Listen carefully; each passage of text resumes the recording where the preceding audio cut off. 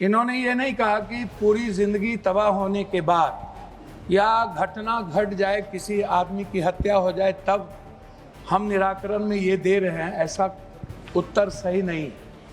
इन्हें ब्राजील या अन्य कंट्री से कई देश के लगभग सिंगापुर, फिनलैंड, अमेरिका, यूएसओ ने डिफेक्ट सुरक्षा मॉडल को लागू किया, जहाँ पर एप्पल, गूगल जैसी आजकल इंटरनेशनल बातें करते हो बिहार से निकल के। भैया मैं अब आप बिहार को तो वैसे ही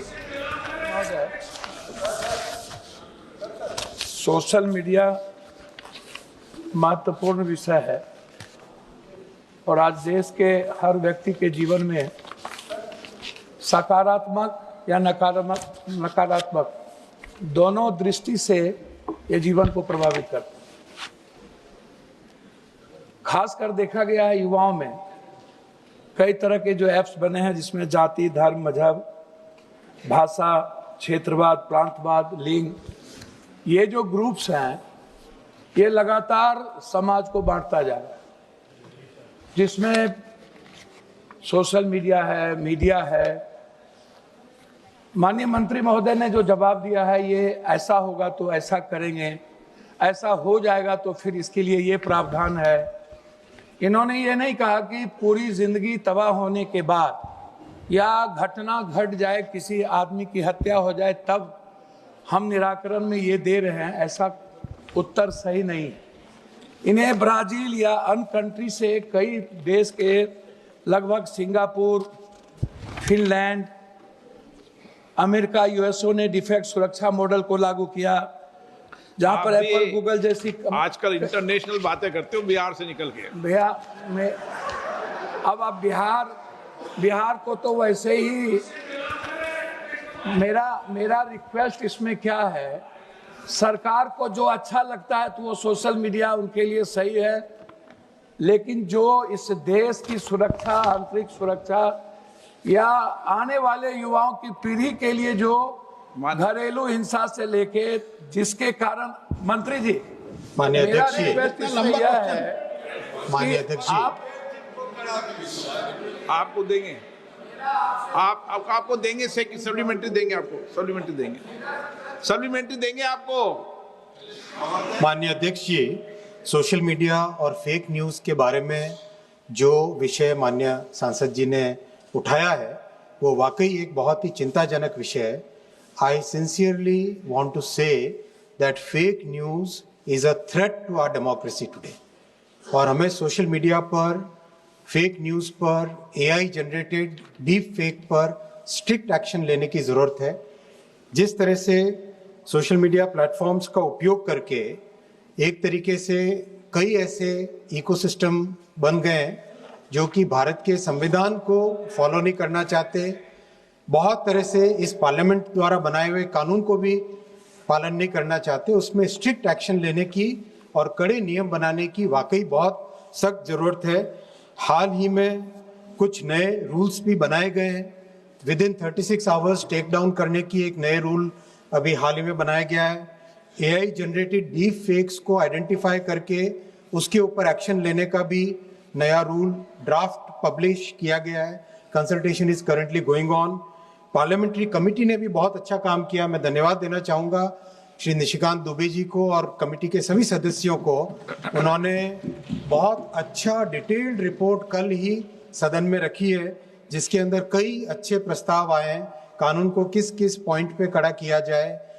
माननीय अध्यक्ष जी, ultimately fake news, social media, इसमें this is a very fine delicate balance between freedom of speech and protecting our democracy, और इस फाइन बैलेंस को लेकर सरकार चल रही है। माननीय प्रधानमंत्री श्री नरेंद्र मोदी जी ने डिजिटल इंडिया के माध्यम से देश में जो एक नई क्रांति लाई है, जो डेमोक्रेटाइज किया टेक्नोलॉजी को, उसके अच्छे प्रभाव भी हमें अपने संज्ञान में लेने चाहिए, क्योंकि सोशल मीडिया एक तरीके से एक प्लेटफॉर्म भी देता है सभी को।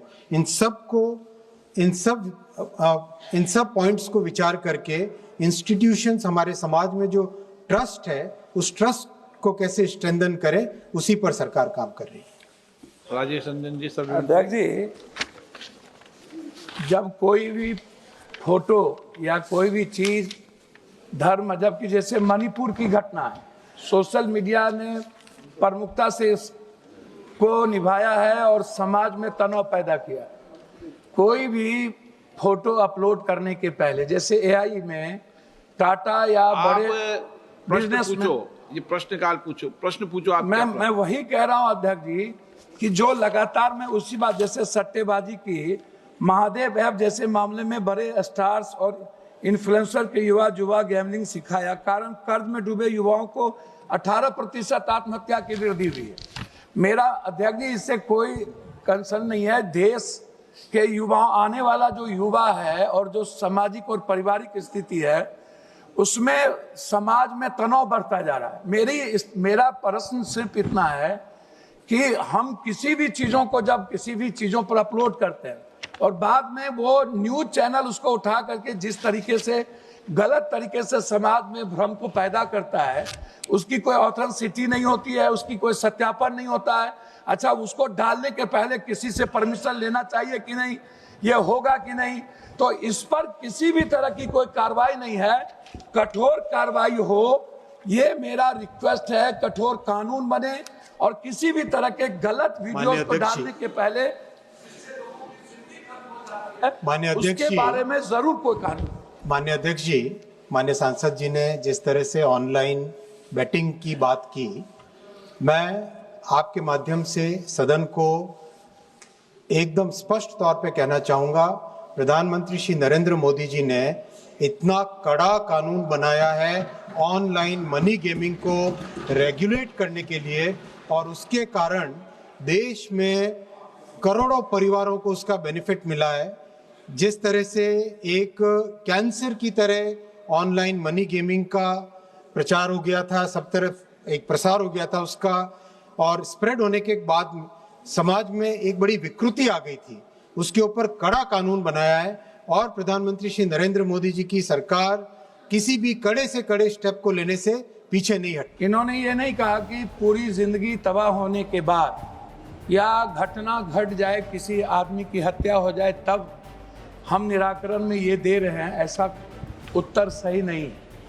इन्हें ब्राजील या अन्य कंट्री से कई देश के लगभग सिंगापुर, फिनलैंड, अमेरिका, यूएसओ ने डिफेक्ट सुरक्षा मॉडल को लागू किया, जहां पर एप्पल, गूगल जैसी आजकल इंटरनेशनल बातें करते हो, बिहार से निकल के। बिहार में अब आप बिहार को तो वैसे ही